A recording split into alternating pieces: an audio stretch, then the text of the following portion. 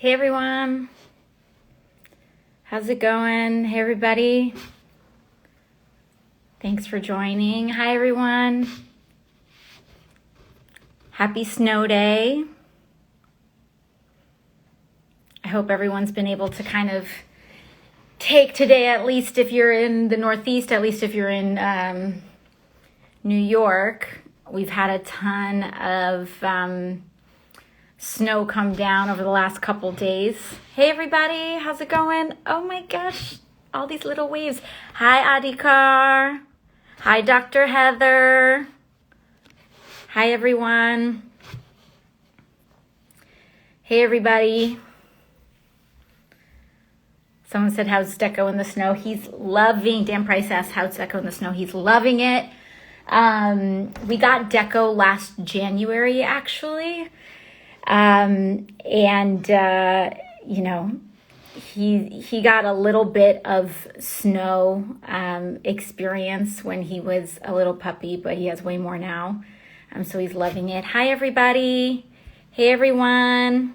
Thanks for joining. All right, let's hop to it. So I'm hopping on live today to talk about what happened at the Capitol. And I want to just say a couple of things in advance. One is that, first of all, I am sorry if this live is like very wide-reaching. It's not my intent to ramble, but a lot went on and a lot led up to what went on. And I think it's important to talk about it. That's first things first, is that thanks for your patience as I try to communicate this story to you in advance. Secondly, I think it's important for me to say that my story is one of many stories of what happened in the Capitol. There were food service workers that were afraid for their lives. There were custodial workers that had to clean up after the just wreckage of white supremacists, and many of those workers were Black and brown and immigrant, then put in through the experience of having to clean up for white supremacists, clean up after the mess of white supremacists. There were other members of Congress, there were staffers, there were children. And so all of this is to say is that my story is just one story. It's not the only story, nor is it anywhere close to the central story. But the reason why I think it's important to share is because so many of the people who helped perpetrate and who take responsibility for what happened in the Capitol are trying to tell us all to move on. And they're trying to tell us to forget about what happened. They're trying to tell us that it wasn't a big deal. They're trying to tell us to move on without any accountability, without any truth-telling, or without actually confronting the extreme damage, physical harm, loss of life, and trauma that was inflicted on not just me as a person, not just other people as individuals, but on all of us as a collective and on many other people. And that we cannot move on without accountability. We cannot heal without accountability. And so all of these people who want to tell us to move on are doing so at their own convenience. The other thing that I want to say is that to friends and loved ones close to me, I want to apologize to them in advance. Sorry if my voice is shaking, but if you are learning things about me in the course of this live that you didn't know before, and it's not, a thing about hiding or anything like that. But sometimes you just can't tell the same story over and over. So anyways, the reason I say this and the reason I'm getting emotional in this moment is because these folks who tell us to move on, that it's not a big deal, that we should forget what's happened, or even telling us to apologize, these are the same tactics of abusers. And I'm a survivor of sexual assault. And I haven't told many people that in my life. But when we go through trauma compounds on each other. And so whether you had a negligent or, a neglectful parent, or whether you had someone who was verbally abusive to you, whether you are a survivor of abuse, whether you experience any sort of trauma in your life, small to large, these episodes can compound on one another. There's no, something really big happening to you, and then you deal with it, and then you move on, and then when something else happens to you, you deal with that, and then you move on. All of our experiences make us who we are. And that's also to say that most people live with trauma. And and that doesn't even diminish, any of the trauma that any one of us may have been through. But it is to say that there is a community of so many people who can understand. So when I see a party who cheered on violence that killed 5, maybe now 6 people, a second Capitol police officer took their life in the aftermath of the attack this past week. When we are still losing people, when we don't know how many people are going to develop PTSD after what happened, when we don't know how many people are still hospitalized. I mean, there are people who, sure, they may not have passed away, but they lost fingers, they lost eyes. And these people are just trying to tell us it's not a big deal. And they're trying to say, you're making too big a deal over it. Or, my favorite, this past week, Ted Cruz and now Representatives Chip Roy, and by the way, some of the other representatives who actually encouraged people to threaten members of Congress or tweeted out the location of the speaker are now telling me to apologize for saying and speaking truth to what happened. These are the tactics of abusers, or rather, these are the tactics that abusers use. And so when I see this happen, how I feel and how I felt was not again. I'm not going to let this happen again. I'm not going to let it happen to me again. I'm not going to let it happen to the other people who've been victimized by this situation again. And I'm not going to let this happen to our country. Ever. I'm not going to let it happen. And so, as I said, and as I've kind of said earlier, is that the other reason why I have hesitated to tell this story has to do with some of that trauma. As a survivor, I struggle with the idea of being believed. And what's odd is that I am in a job where people are constantly calling me untruthful or that I'm exaggerating, etc. So there's a great irony in that. But the reason why I think it's important for us to hold this to account is that because we know that if we do not hold people accountable, what they're asking for when they say, can we just move on, is that what they are asking is, can we just forget this happened so that I can do it again? without recourse. And that's what these folks are asking. The folks who are saying we should move on, we shouldn't have accountability, etc., are saying, can you just forget about this so that we can, do it again? Because that's what we're asking when we don't actually hold to account. And, in these past 3 weeks, I felt like it was important to give a window of opportunity, right?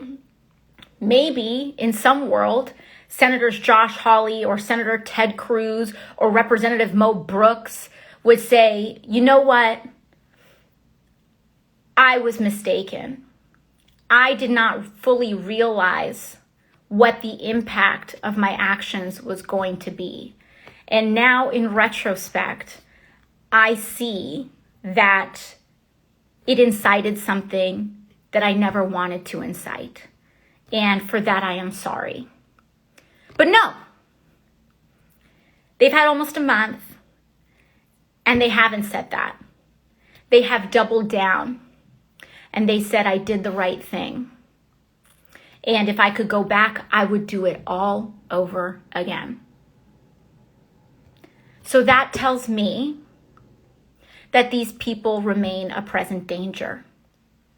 Because what that tells me is that when given another window of political opportunity for themselves, even if they know that it means that it will endanger their colleagues, they will do it again.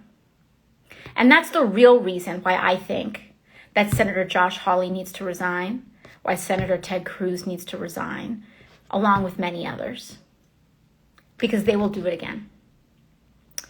Now let's move on to the story. One of the things that I would like us to dispel is the idea that this insurrection and this attack happened suddenly, that we couldn't see it coming, and that it was like just this outburst and all of a sudden a bunch of people rushed the Capitol. I want to dispel with that notion very quickly, because everybody knew that something was going to happen. And again, I do not speak for any other. Let me actually rewind this. And I'll try to recenter. And again, as I said, thank you for your patience here. But what I'm about to tell you is my account, how I perceive things with my eyes, my ears, my nose, my mouth, my body. I cannot speak for what anyone else saw, etc., unless there was someone in the room with me. But here's what I will tell you. A week before, 1 week before, the week prior to the insurrection, I started to get text messages that I needed to be careful. And that in particular, I needed to be careful about the 6th. For the timeline for you to know, this Congress got sworn in that Sunday, and the insurrection happened, Sunday, then the insurrection happened Wednesday. So there was Sunday, Monday, Tuesday, Wednesday. I probably started getting text messages about having plans for my safety, or me trying to figure something out about Thursday. And those text messages came from other members of Congress. They were not threats, but they were other members saying that they knew, and that they were hearing even from Trump people and Republicans, that they knew in their life that there was violence expected on Wednesday. So that was what I was hearing that prior Thursday. So then that night, Thursday or Friday. So then that night, I immediately contacted my staff and I said, we need to figure out a security plan and we need to figure out what we're going to do. So we get sworn in that Sunday. The next day, that Monday, was one of the first legislative votes that we had in this new Congress. It was on something called a rules package.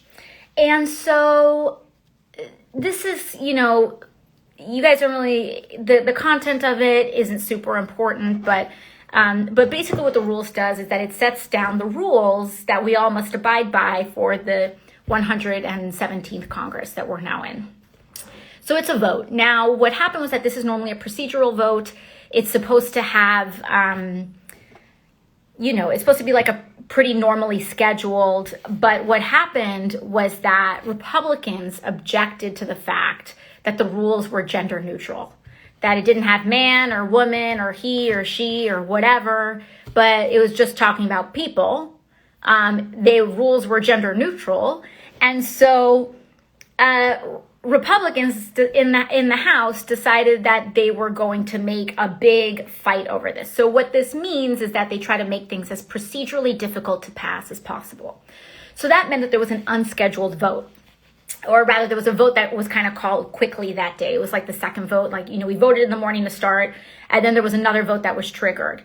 And so I had just kind of gotten back to where I was staying and grabbing a cup of coffee, really, when the second vote was called. Again, this is Monday. The attack happens Wednesday. And I remember rolling back up. I had to go right back up. And, due to COVID, I usually travel by train. Due to COVID, I now drive by car, and I travel by car, not a combustion engine vehicle, but I travel by car between New York and DC. And so I drove up, and so I drove up to the Capitol, and I thought I got really lucky because I found a parking spot right in front of the stairs that go up to the Capitol. And I was like, nice, this never happens. Usually I have to park in the boonies and walk all the way over. And so I park, and what I start to notice is that this crowd of insurrectionists is already in town. So people want to make and pretend, and a lot of these Republicans want to act like this all happened on Wednesday. But these people started coming on Monday. And so when the vote was called, and they were holding rallies and doing all of this stuff, starting on Monday of that day. So when the vote was called, people started, this crowd that would eventually rush the Capitol, they would start running and coming near the Capitol when votes were called to see members of Congress walk in. And so I park my car. And I park right in front of the Capitol, but actually there's a fence right behind. It's kind of like if you're in New York City, sorry, I'm sure other cities do this too, but I'm just speaking to my experience. When you guys go to a parade and there's just that aluminum fencing to keep to mark off the parade route, and it's just waist high, just aluminum fence, and sometimes the police pull it aside to let people cross the street. There was just one of those in the perimeter around the Capitol. And there are all these people with these huge flag poles with the spear tips and whatnot. I remember seeing all of this and being this is weird. That's suspicious. Because if you so much as say Black Lives Matter around the Capitol Hill complex, it's 9 barricades go up. If you see the protests and the amount of militarization from last year's protests, it was boom, boom, boom, boom. National Guard comes in, all these militarized people are around. And here you have, we know that violence is coming. I've been getting all of these, text messages. I've been getting people, and including other members of Congress, telling me that I need to be careful. Lots of people saying that violence is expected on the 6th. And there's just a waist-high parade fence, just one layer deep of it, by the way, not even multiple, just one little inky-dinky aluminum fence around. And I was well, that's kind of weird, but, maybe they plan on putting up more tomorrow because it is Monday, right? It's Monday. They're really expecting violence on Wednesday, so maybe they haven't put it up yet. Maybe it'll kind of come up tomorrow. But that thought was kind of coming into my head. And so I come up and I go in to vote. And I come back down, and there is a crowd of Republican, kind of like Trump people that have crowded behind my car. And my car, again, is like maybe 2 feet in front of them, no joke. And there's just this one little aluminum fence between them and like this crowd of people. So they see me coming, and they're like so hyped that they see me coming down. And so I'm coming down, and they're like, hey, it's AOC, like blah, blah, blah, blah. And I honestly just like play along. You know, one of the things that that some of like my campaigns and organizers tell me is that, you know, people may have a certain impression of me, but when they actually meet me in person, I like to think I'm a little disarming. You know, because I actually engage people, and especially when Fox News has kind of like drummed me up to be this like crazy cartoon character, when people meet me in person and I'm not that crazy cartoon character that they've created on television, like people don't really know what to do. So anyways, I kind of come down, and these people are like, AOC, blah, blah, blah. And so I walk down towards them, and they're right behind my car. And they all pull out their phones, and they say, hey, AOC, why do you hate this country? Recording me. Why do you hate this country? And I look back at them, and I said, hate this country? I was like, I love this country. That's why I dedicate every day of my life to it. Who would do that if they hated this country? And they just like, everyone in the crowd was just like, well, what? She's driving a car. Like, they didn't know what to say in that moment. And so they were trying to make a thing about, you know, me, driving a car and being an environmentalist. And they're like, oh, she's driving a car, like blah, blah, blah. And then they see that I drive an electric car. So then that argument goes out. And then they're just like, oh, you just think you're fancy. You just think you're better, like blah, blah, blah. Where does that come from? I don't know.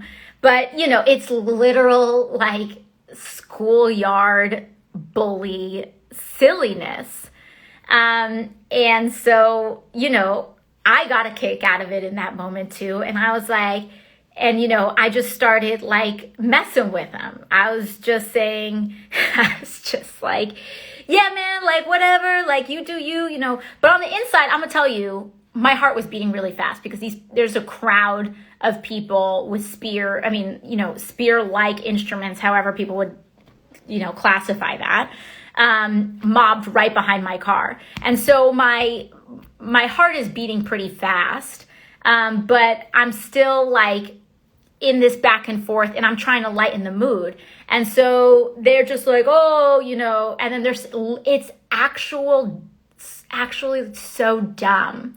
These schoolyard bully chants. They're like, oh, well, I'm surprised she even knows how to drive a car, blah, blah, blah, you know. And so I just start going like, see you guys. Like I just start like blowing kisses at them, you know, whatever, just to create enough space for me to hit drive and get out of there. So that's what happened on Monday.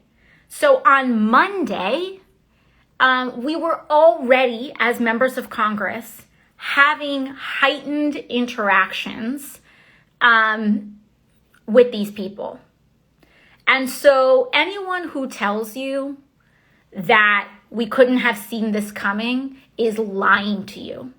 Anyone who's gone on the record and said that there was no indication of violence has lied. There were so many indications of this leading up to that moment. They were there on Monday.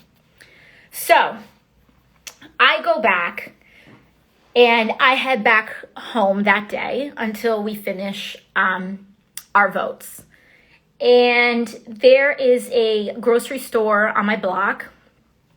And I remember going to the grocery store that night and seeing all these people in like these MAGA hats, and it felt like tents in the grocery store. And I guess this is just like, you know, whether you're from the Bronx or New York City or Queens or Brooklyn, wherever, whether you're from Chicago, whether you're just, I don't know, you also just have your wits about you in a rural area, you just can catch a vibe and you can kind of know a general sense of when things aren't right. And things started to feel not right when I was in that grocery store that Monday night. Fast forward, Tuesday. Now we're on Tuesday. And we're at there next Tuesday, and another vote, you know, it was another voting day, vote was called. So I go down to go head to votes when I see another member on the way, and I offered them, they looked like they were going to walk to the vote, and so I offered them a ride. So I offered them a ride to the Capitol, and there were even more people, unsurprisingly, even more people that were there in around the Capitol. And this time there's like even more rallies. They have like their mics, their speakers and everything set up. And it felt actively like volatile and dangerous. Like it had gotten to the point where I don't think a lot of people felt safe walking to votes. And it was already the kind of situation where we needed to drive or take a tunnel or something like that to the Capitol. That was on Tuesday. I drive, we take them to the vote, you know, we come back. And then I realized on Tuesday, I was like, oh shoot, I left my keys. I left my keys to the apartment. And so I head back and I head back to go pick up my keys. And the important thing to realize is that, you know, the majority of people in the House and in Congress, they're all congregating around the time of the vote. But if you're going when there isn't a vote, active vote going on, like in the actual Capitol complex where that big dome is, it's pretty empty. And so I go in, I get my keys, and there were people watching. Like I had parked there, and there were already people watching me walk into the Capitol to the point where it just like didn't feel safe. And so on Tuesday, I started taking my pin off. You know, we have these congressional pins that identify members on the Capitol complex for security reasons.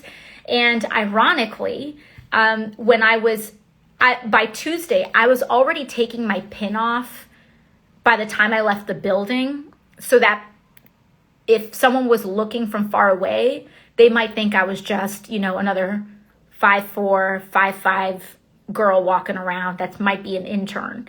And so I was already taking my pin off and making proactive measures because I already felt unsafe on Tuesday. I head back to the grocery store, and I go in to buy a bottle of matcha tea because I needed the parking validation. And I go in to buy a bottle of tea, and the tension in the grocery store with these people already started escalating to the point where it literally felt like people were looking at me in the grocery store deciding what they were going to do. Like, are we going to do something right now? Like they were I could see the calculations going on behind their eyes. And it was 100% like when you're in a bodega at 1 o'clock in the morning and you don't know if someone's about to get jumped. It felt like that in a bougie grocery store. Like, it was crazy. I mean, what? Anyways, so starting like around noon that day when I was in the grocery store, I had already come to the conclusion that it was not safe for me to be outside. 24 hours before, it was not safe to be outside. And so I go back to my apartment and just stay in for the rest of the day, go back doing my work, conference calls, like whatever it is that I had to do. But the understanding was that if we needed something or anything like that, I was going to send my partner or send somebody else, because it was no longer safe for me to be anywhere in public in Washington, D.C. 24 hours on that Tuesday. Now, there were a lot of people asking, a lot of other members, and I see that there's some members here on the call. I see you, Jamal. I see you, Mandir. They can co-sign, yo. They can co-sign some of the details of this situation. So basically, there were members asking, like, what's the security plan? Because the day of the Electoral College certification, everyone has told us, and we already feel and know that this situation is pretty volatile. And so essentially what Capitol Police told House Admin is, don't worry, all of the plans are taken care of, but we can't tell you the details, because telling you the details may cause a leak, and we don't want people who are trying to plan harm to know the details of our security plan. This is what was told to members of Congress by Capitol Police leadership. This is like the leadership of Capitol Police and the Sergeant at Arms. And so that's what they told everyone. So they said, don't worry about it. We got it. All we need you to do is show up at 9 a.m. on Wednesday. So for context, most members of Congress, our days are very busy, even in Capitol Hill. So sometimes we're in our office, sometimes we're visiting an event, sometimes we go back to, especially during COVID, a lot of members may work out of their homes or apartments or whatever. So there are members all over the Capitol. And so normally when a vote is called, every member is just like walking through, and they'll come to the Capitol from wherever they are in the city to vote and then leave. And so what Capitol Police told us and what Capitol Police leadership told us was, okay, now every member needs to be on the Capitol complex by 9 a.m. on the day of the Electoral College vote. And we said, okay. So that's what we made plans to do. Now, as you all know, Congresswoman Ayanna Pressley and I are quite close. And so we carpooled together.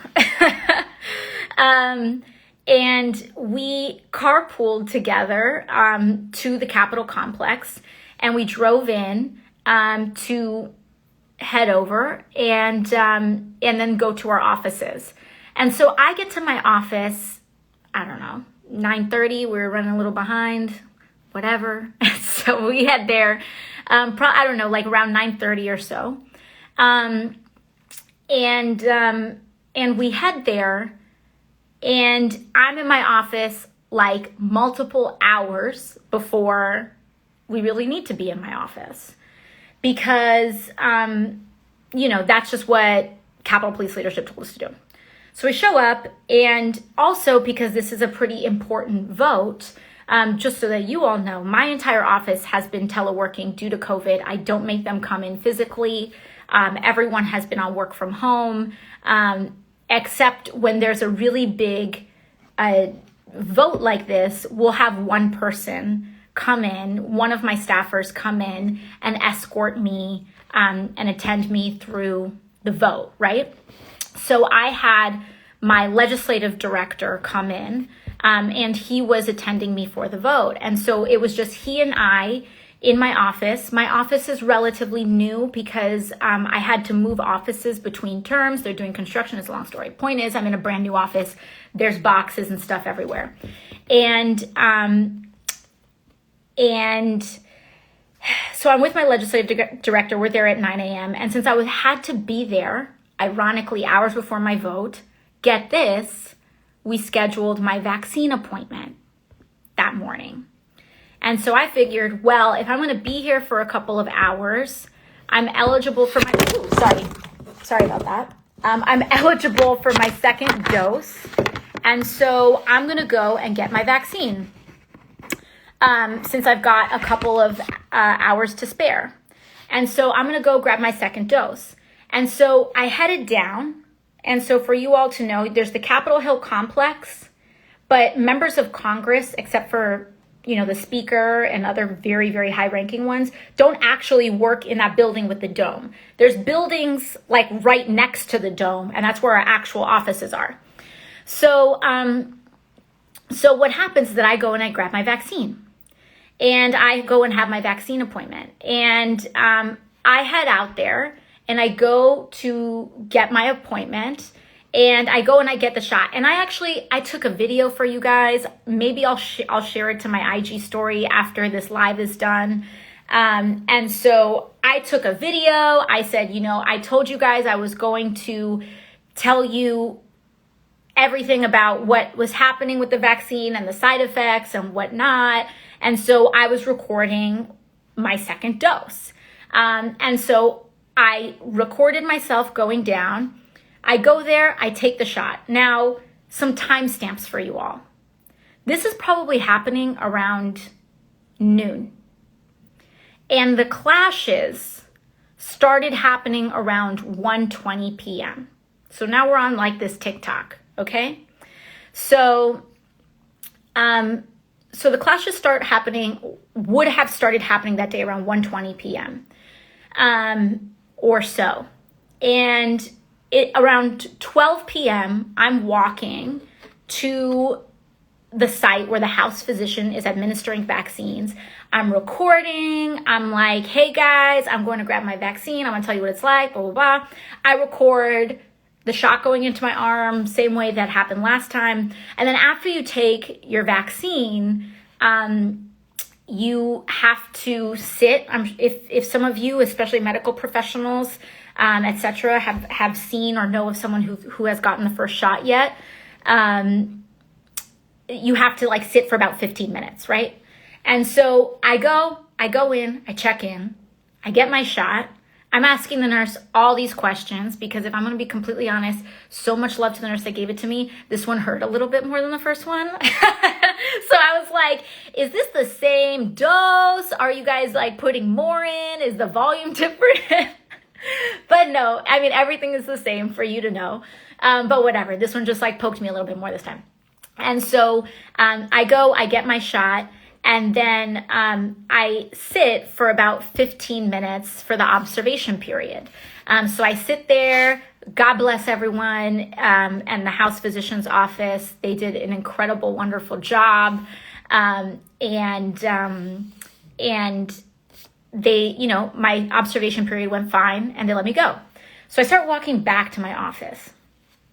And my arm hurts. My arm's a little sore, right? And I start heading back to my office. And, the walk back is a considerable walk. I head back to my office. We get back in. My legislative director's name is G. And so G and I head back to my office, sit back down. I go back to my office. G is in the legislative office. And I'm kind of thinking to myself, you know what? This is really messed up that G has to come into work today because this electoral college certification has just gotten so out of control and so contentious that I'm going to order us a really awesome lunch. And so I start scrolling and I want to order I'm going to get us an amazing lunch. I'm going to get us a banging lunch. Because, it's just the right thing to do. And so we start doing that. And I start trying to figure out where I'm going to order lunch from. And my chief of staff calls. Now, this is around 12:45 p.m. So my chief of staff calls me and asks me, hey, how are you feeling? And I told her, I'm feeling great. I'm feeling amazing because Reverend Warnock and John Ossoff had just won the election the night before. And I was feeling sick to my stomach on Monday and even worse on Tuesday about Wednesday. It just felt like this tension was just, I thought I was going to really throw up. I felt so scared the 2 days before that about what was going to happen on Wednesday.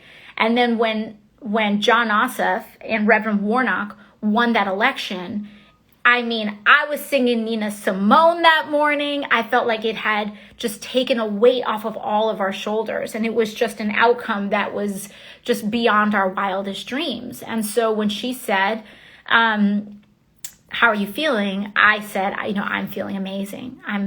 And part of me even naively felt like maybe that will take the wind out of these people's sails a little bit, because the Senate is ours. The Senate belongs to the people now, and the Senate has been won. And so I was feeling great.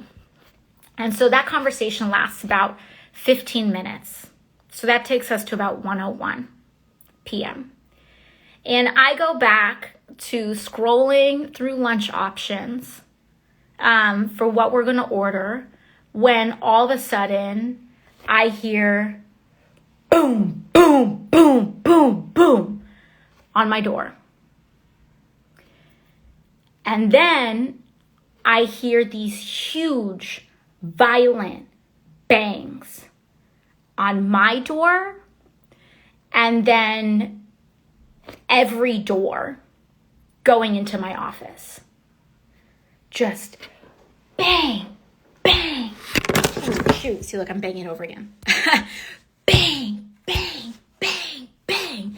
Like someone was trying to break the door down. And there was no voices. There were no yells, no one saying who they were, nobody identifying themselves, and just boom, boom, boom. And I just get up like this, and I run over to the legislative office, and I run over to G. And G just looks at me back, and he just goes, hide, run and hide. And so I run back into my office. I slam my door. There's another kind of like back area to my office, and I open it, and there's a closet and a bathroom. And I jump into my bathroom, and I close the door. And I just keep hearing these bang, bang, bang. And I jump into my bathroom and I close the door. And then I realize that the bathroom was the wrong choice. I should have jumped into the closet. And so I start opening the door to the bathroom so that I can. Oh, sorry, you guys can't hear me. So I hear these bang, bang, bangs, and I start opening the door to my office, and I start opening the door to my bathroom, and I'm gonna run across to the closet. And sorry, you guys said I'm muffled, so let me repeat this part a little bit over again. Sorry, this is a little hard to hear, guys. I'm trying to as you know, my phone keeps falling. And so basically, I go into the back, and there's a bathroom, and then there's a closet, and I jump into the bathroom. And I immediately realized that I shouldn't have gone into the bathroom. I should have jumped in the closet. And so I open the door when all of a sudden I hear that whoever was trying to get inside got into my office. And then I realized that it's too late. That it's too late for me to get into the closet. And so I tried to I go back in and I hide back in the bathroom behind the door. And then I just start to hear these yells of, where is she? Where is she? And I just thought to myself, they got inside. And so I hide behind my door like this, like I'm here, and the bathroom door starts going like this, like the bathroom door is behind me, or rather in front of me, and I'm like this, and the door hinges right here, and I just hear, where is she? Where is she? And this was the moment where I thought everything was over. And the weird thing about moments like these is that you lose all sense of time. In retrospect, maybe it was 4 seconds, maybe it was 5 seconds, maybe it was 10 seconds, maybe it was 1 second. I don't know. It felt like my brain was able to have so many thoughts in that moment, between these screams and these yells of, where is she? Where is she? And so I go down and I thought I was going to die. And I had a lot of thoughts. You have a lot of thoughts, I think, when you're in a situation like that. And like also one of those thoughts that I had was, I just happened to, be a spiritual person and be raised in that context. And I really just felt like, if this is the plan for me, then people will be able to take it from here. I had a lot of thoughts, but that was the thought that I had about you all. I felt that if this was the journey that my life was taking, that I felt that things were going to be okay. And that, I had fulfilled my purpose. Anyways, sorry guys. So anyways, as I'm hiding in this bathroom, hearing these yells of these men, or just just one man going, where is she? Where is she? I start to look through the door hinge to see if I can see anything.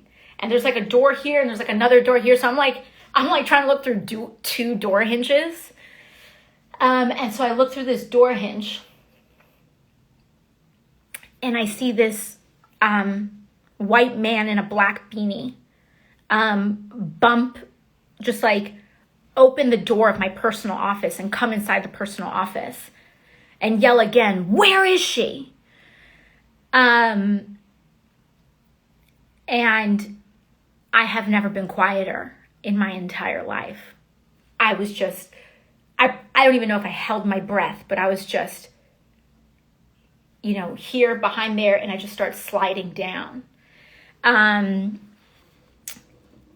then all of a sudden I hear my staffer G yell out. And he's like, hey, it's okay. Come out. So I'm like, I don't know, so deeply rattled. I'm still processing the end of my life when I come out. And I come out, and this man is a Capitol Police officer. But the story doesn't end. It's a Capitol Police officer. There was no partner, was not yelling, Capitol Police, etc., etc. But then it didn't feel right. Because he was looking at me with a tremendous amount of anger and hostility. And things weren't adding up. Like, there was no partner there. And no one was yelling. He wasn't yelling like, this is Capitol Police, this is Capitol Police. And he was looking at me in all of this anger and hostility. And at first, in my brain and in my mind, I'm thinking, okay, I just came from this super intense experience just now. Maybe I'm reading into this, right? Like, maybe I'm projecting, like something onto him that like, maybe I'm just seeing anger, but maybe he's not trying to be angry. But I talked to G, my legislative director, after the fact, and he said, no, I didn't know if he was there to help us or hurt us either. And G was actually like, this man came with so much hostility that G was sizing him up and didn't know if he was going to have to fight him.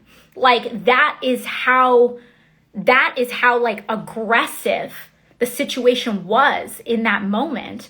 And we couldn't even tell, we couldn't read if like this was a good situation or a bad situation. It was so like, like so many other communities in this country, like just that presence doesn't necessarily give you a clear signal if you're safe or not. And so the situation did not feel okay. And then he just looks at me and yells at me, and he just go down and then go to this other building. I'm not gonna like name the specific building, but he basically says, go down and go to this building. But he just says the name of the building, doesn't say anything else. But we're so rattled in that moment. And the situation felt so volatile with this officer that I run over, I grab my bag, and we just start running over to that building. Now, mind you, we weren't escorted. He didn't like come with us or follow us, or anything like that. So G and I just start running to this other building. We run down and we run to this other building. And it wasn't until we get to that building that we realize he didn't give us a specific location. He didn't give us a room. He didn't give us a place to go to. He just gave us, he said, go down. He told us to go to a certain level of a certain building. And that level of that building was street level. And so we can hear, because the buildings were not secure yet, and this is around the time when the Capitol was being stormed, that we can like hear all of these rioters behind the glass of the doors, and we have no specific location to go to. We're in the hallway. We're in like the Dunkin' Donuts of the basement, and we don't have any secure place to go. And so we're in just an open hallway, and we hear the yells of these people trying to break into the building that we're in. And I'm just like, I don't know where to go. I don't know where to go. And so I think, and there are 2 members of Congress that I know in that building. And I was like, let's go there. And so it literally felt like just, I don't know, it almost felt like a zombie movie or something. And so I thought one of the members in my head, I'm just like, I think they're on the 5th floor. So I run to the 5th floor and we start going around, and this is when we start losing precious time. We start hearing the yells. We go up to the 5th floor. We start hearing the yells of these people. And then we hear like other Capitol Police trying to protect the building, barking back at these people. And it just feels like it's just a matter of seconds when these doors are going to break through and they're going to get in. And so it's the 5th floor, and we run around, and I'm not finding this member's office. And we circle and we go all the way around And I'm like, shoot, she's not here. She's not here. And so I literally go on Google and I'm like Googling on public information what floor they're on. And so we start realizing, oh, they're on the 5th floor. They're on the 1st floor. The 5th floor is where the Progressive Caucus meets. So that's why I have that muscle memory, at least where we met pre-COVID. And anyway, so we start running down this spiral staircase to the 1st floor. And we get to the 1st floor and we hear the yells getting louder and louder, like, rah, rah, rah, rah, rah, you know, just like I hear like the hinges cracking, you know, it just feels like you can hear all of this yelling and screaming. And as we're going down the spiral staircase closer to the street level, like the yells only get louder and louder and louder that you hear. So we run to this member's office and I start knocking on the door. I start banging on it. And like at this point, no one is in any of the hallways and we're completely alone. And so I start banging on this door and I said, it's okay. It's me. Let me in. And they may not have heard me or something like that. I call them. And you know, all of this is, I don't know, maybe happening in 30 seconds, 60 seconds. It's really hard to kind of attest to the passage of time, but it happened so fast and I just like couldn't get through immediately. So I realized that I had actually passed by Katie Porter's office. And all of this stuff was happening so quickly that I saw Katie Porter like going into her office, just like holding a cup of coffee because all of these developments were happening so rapidly that I think some people were at different awareness levels and at different like urgency levels than others. And so, so I start running back and I remember that I had seen Katie Representative Porter. I got to put respect on everybody's names. So I saw Representative Porter walking into her office. And so I run back, and I knock on the door and I'm just like, bang, bang, bang, bang, bang. And she opens and I'm like, hey, Katie, can I shelter with you right now? And Katie's like, yeah, of course. Come on in. I'm like, yeah, come on. And so we go into her office and, I'm at like a 10, right? Like I am at a full 10, fight or flight, thought I was going to die like 10 minutes ago, then thought I was going to die again, because I have to tell you that when I was banging on this door, I had thought, fully expected that by this point the building had been breached and there were people walking the hallways. Like this was what I had fully expected to be having been gone on in that moment. And so when we're outside in this hallway alone, I'm banging on this door and I'm thinking, and I'm fully expecting one of these insurrectionists to turn the corner with a gun and that it would be over again. And so we run back, and I'm like at a 10 because I've probably had 2 times today that I already thought that I was going to die. And I'm like, getting to bust into Katie's office, and Katie's like having a cup of coffee. Like, I think the information's still trickling in, etc. And so I start, ripping through Katie's office like a mad woman. Poor Katie, I'm like opening every closet. I'm opening every nook. I'm opening like every cranny, looking for where I'm going to hide when they get into this office. And I tell Katie, I say, because there's a gym in the House office building, and I turned to Katie and I said, have any of your staffers left any workout clothes or anything under their desks? And she was like, yeah, like I'll check. And so, and she starts like looking through, and she finds this bag, and, in just perfect fashion, like she's super collected, and I'm just like, we need this, we need that. And she's like, bam, bam. And, we're working together. And so I she pulls this like bag, of workout clothes from one of her staffers, and it has like sneakers in it. And so I pull the sneakers, and this whole time I'm still in high heels, right? And so I'm like, going around looking through all this stuff. They find some snacks, things like that. And G and some of the other staffers are pushing like the couches up against the door. And I had this thought then, and so many have made this point since, but it's like all of these drills that people had on school shootings. It was like, okay, we're going to push the furniture up against the door. We're going to barricade us in, etc.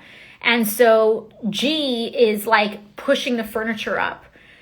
I'm looking for clothes to change into. And the reason why I'm feeling like we need clothes to change into is because if I need to jump out a window or if I need to run, I need to blend in with the crowd as much as possible. And if I'm in high heels, if I'm in my congressional, if I'm in like workwear and my dress, I'd be easily recognized in a crowd.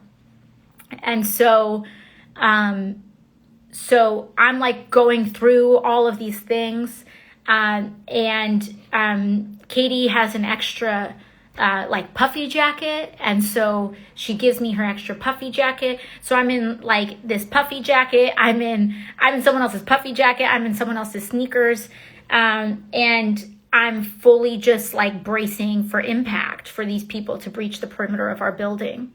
And so many things happen in this period when we were sheltering together. And like all these crazy thoughts go through your mind. And even like just racially, even Katie and I were having these conversations, and it's like it like where you feel like we as members, our nameplates are next to our offices, and it's like, are some offices safer than others because they have white sounding names, or because they have male sounding names, or like who would be safer to hide in because you would expect them least in that office, like all these crazy things that you're thinking. And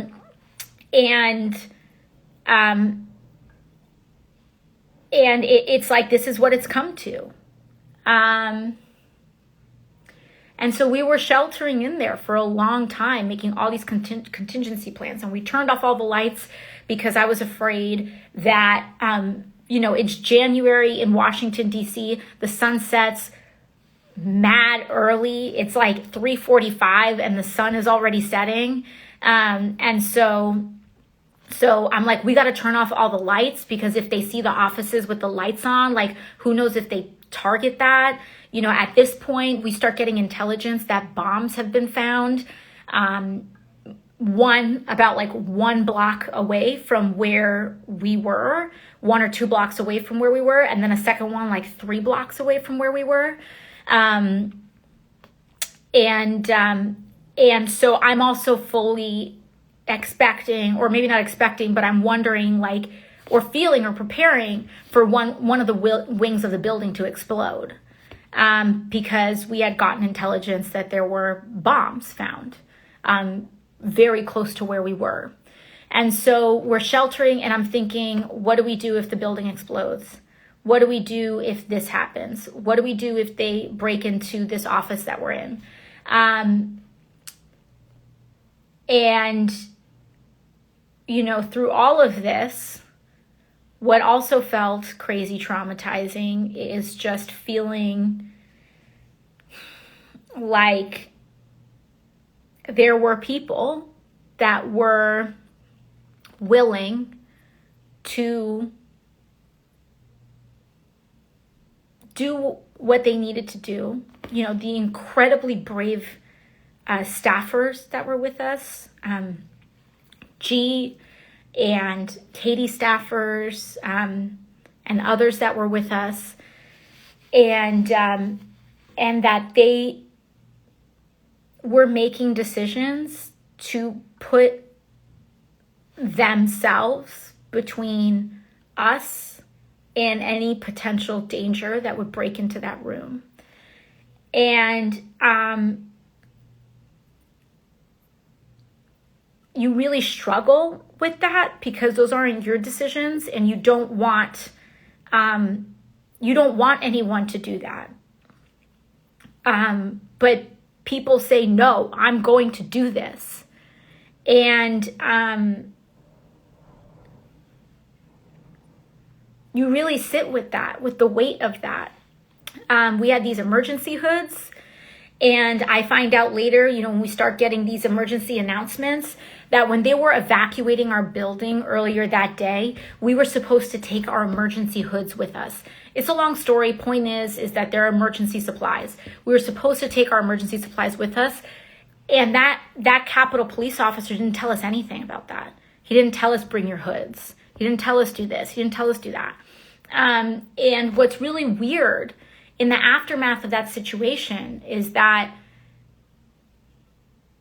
after you see the videos, after you hear about what happened with Capitol Police leadership, after you know that leadership knew about the threats of violence and didn't prepare adequately for it, you start thinking back at all of these things. And, I think about that officer and just the uncertainty. Did he not say that he was Capitol Police on purpose? Did he lose himself in that moment? Did he not give us the extraction point location because he forgot? Or was he trying to actually put us in a vulnerable, situation?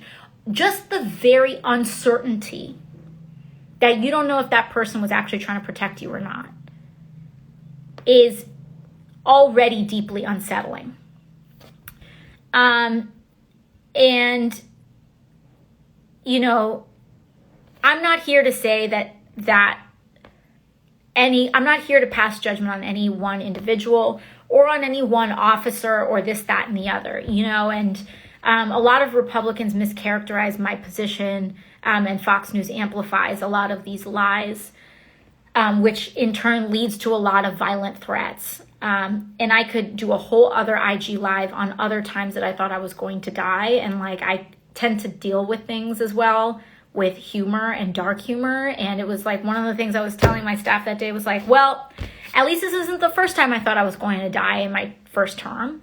But it's that lack of trust that creates so much volatility and fear. And so it's I look back on this memory and I remember trying to excavate every shred of evidence to be it was just a tough situation. But you just don't know. You just don't know. And so,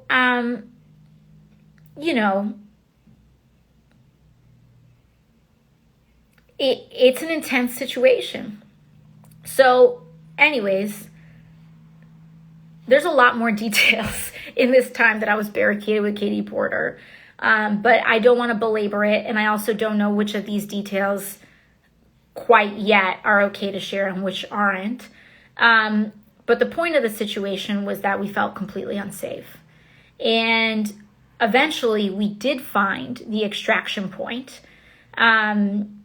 We did find out what the extraction point was, and we found out that all the members of Congress were being directed to this one point. And with the amount of uncertainty in this situation, I just felt like I'm not going there.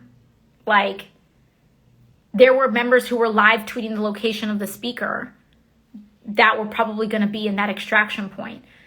There was still uncertainty about whether there were still bombs throughout the city. It just legitimately did not feel safe. And so, at first I was there's no way that I'm going there. And so we stayed in that room, and the other fear in the situation too is, where was the National Guard?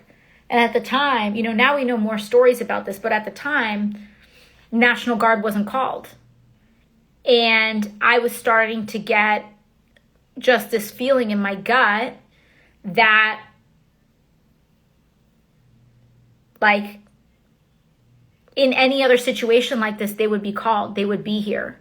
And they're not coming. And we didn't know if they were being held off or what, but in the event that the National Guard didn't come, it was just a matter of time before the building got breached. And the sun was setting, and in that darkness, things could even get more violent. And so we were just, we didn't know what was going to happen. And so we were probably barricaded in that building, in that room together.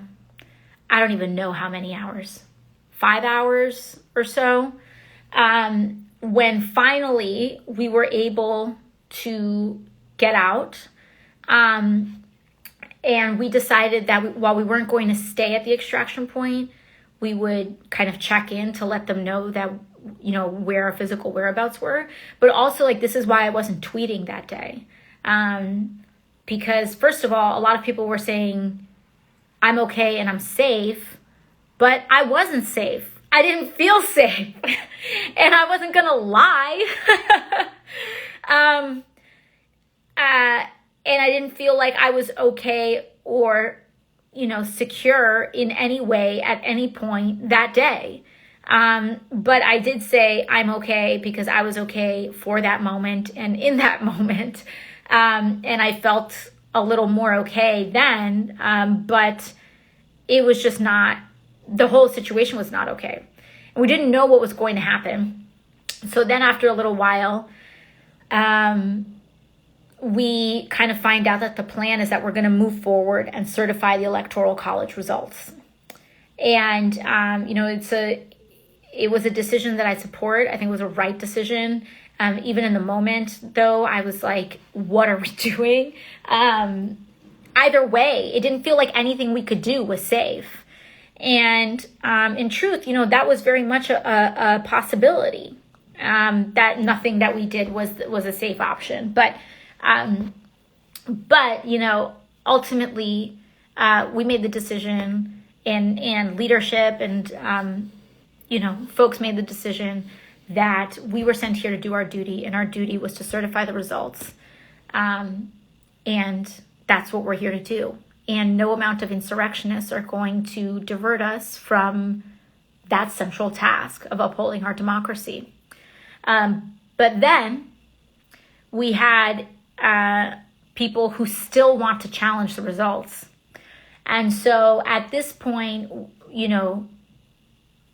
there were still going to be quite more votes because there were people still trying to delay and challenge the election results after multiple people had died in the violence of the insurrection. So that meant that we had to wait. And so with the building feeling more secured in that moment, I walked over to my sis, Ayanna Presley's office. And Ayanna, in true form, texts me and she's like, come and eat. So I go to her office. She and her staffer, Sarah, made sure that I was fed and that I had something to eat.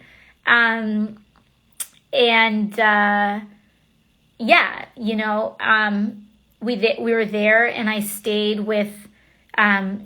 Ayanna's office, and Katie was there, and I told Ayanna what had happened to me in my office. And I didn't realize, because I was like at that 10 and like being so intense in Katie's office, that in all those hours we were barricaded together, I actually never at any point said out loud to her what had happened. And so I was just like in Katie's office, like at a 10, like, where are the closets? What's the exit thing? Shut the curtains, close the lights, like all this other stuff.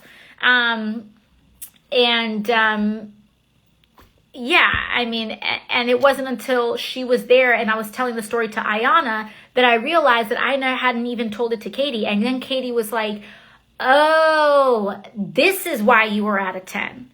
And so we stayed in Ayana's office and we were there until about 4:00 in the morning. There's other details too. I'm just like not ready for that right now. But yeah, you know, and I stayed with Ayana, and it was when I told the story to Representative Presley, she told me right away, like, that what you experienced was traumatizing and you need to take care of yourself. And it was like having her as a friend and a sister hear what I was saying and tell me that mentally, it forced me to pump my brakes and be like, oh.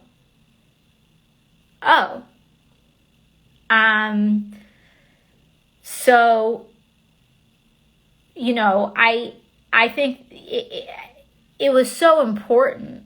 And I think for so many people out there, if you have experienced any sort of trauma, like just the fact of like recognizing that and admitting it is already a huge step. Especially in a world where people are constantly trying to tell you that you didn't experience what you experienced, or that you're lying, or that, you know, those are additional traumas on top of what you've already experienced, right? If you are a survivor of abuse, of neglect, of verbal abuse, of sexual assault, you know, etc. There's the trauma of going through what you went through. And then there's the trauma afterwards of people not believing you, or trying to publicly humiliate you, or trying to embarrass you. And that also gets internalized too, because a lot of times you don't want to believe it either. You don't want to think that that happened to you. You don't want to think that X person hurt you. You don't want to admit that you were a person who has been abused, assaulted, etc. Because you don't want to be like a victim, right? And so there's the doubt that the world puts on you, that bad actors puts on you, that perpetrators put on you, that abuse puts on you. And then there's the doubt that you put on yourself. And so the moment a person actually admits, like, no, this thing happened to me, and they're willing to say that to themselves, I think is also a really important first step. And, you know, I look back on that, and she really helped my healing. Because right in the moment, if you're able to do that, you're not extending that time period where you're like reacting in a weird way. You don't know why. You think you can just move on. It wasn't a big deal, you know. And even in the aftermath of this whole situation, I have had to check my own thoughts. You know, part of me is like, maybe I shouldn't share this because it's not a big. Maybe it's not that it's not a big deal, but like it's not important to the central story of the insurrection, or that like people are gonna say that, oh, she's just trying to make it about her, and like all of those, you know, normal nagging thoughts. And like I said, like all of your traumas can kind of intersect and interact. And so, you know, I think that being able to recognize that early, and in the aftermath of the attack, Congress had counselors come in and advise members, especially those who had kind of survived those like initial, like some of those direct encounters on the House floor. And, you know, one of the things that I had heard and that I had remembered people talk about with trauma is that like tell your story. Like, it's an actual cognitively important thing to do, is to tell the story of what happened to you. And then sometimes you just say it a lot and tell it over and over and over again.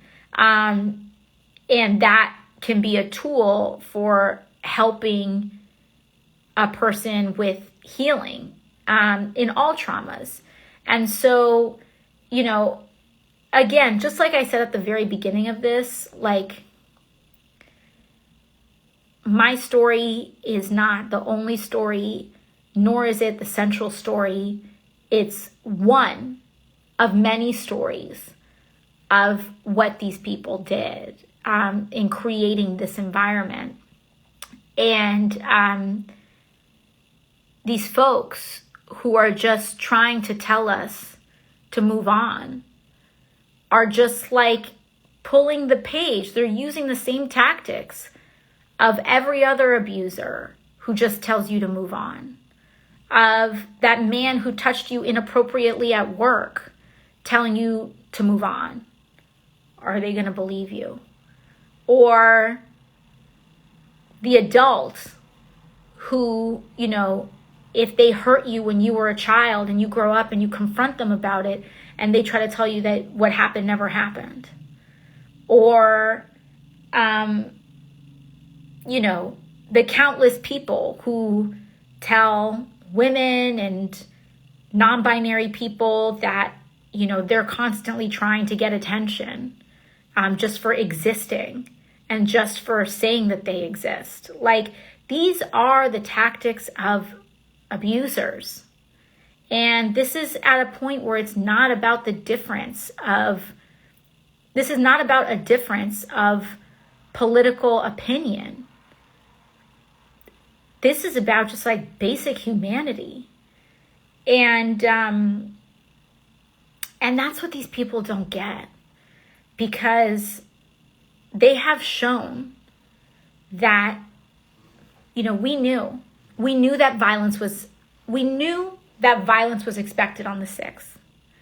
We knew that violence was predicated on someone telling the lie, the big lie about our elections. We knew all of this in advance. We knew that violence was planned for the 6th. We knew that violence depended on the lie, on someone upholding the lie that our elections were fraudulent. Lies that Republican secretaries of state said were a lie. Republicans had said it was a lie. Republican governors had said it was a lie, you know, etc. So we knew in advance that violence was planned. We knew that violence needed someone to tell the lie. And these senators, Ted Cruz, Josh Hawley, knew that it was the lie. And they knew that these violent people needed the lie. And they chose, because they thought it would be politically advantageous to them, they chose to tell the lie. All of these things were known in advance. And then 5, 6 people have lost their lives. Others have lost eyes, limbs. Many more have been traumatized. And yet, after all of that, after they perpetuated that lie, amplified that lie, knowing that violence needed that lie, after they told that lie, after they saw people lose their life on the steps of the Capitol, afterwards, not even an I'm sorry. Not even I didn't know that me doing this would result or contribute to this violence. And if I had known, I wouldn't do it, and I'm sorry. You know, if in the last 3-4 weeks we heard that, my response would be a little different right now. But no, the response in the last 3-4 weeks is, we did the right thing. I would do it again. I would do it again. I don't regret it at all. And so if that is your stance for these insurrectionists and these people who incited the violence, if that's their stance, then that means they continue to be a danger to their colleagues. Because what they are saying is, given those same conditions, I will choose to endanger my colleagues again for political gain. That's what they're saying, without acknowledging anything that they have done, any of the harm that they've created. And that's why we need accountability. We need accountability, because the accountability is not about revenge. It's not about getting back at people. It's not about any of that. It's about creating safety. And we are not safe with people who hold positions of power, who are willing to endanger the lives of others if they think it will score them a political point. Because they want to, run for president 4 years from now? Who cares? Who cares?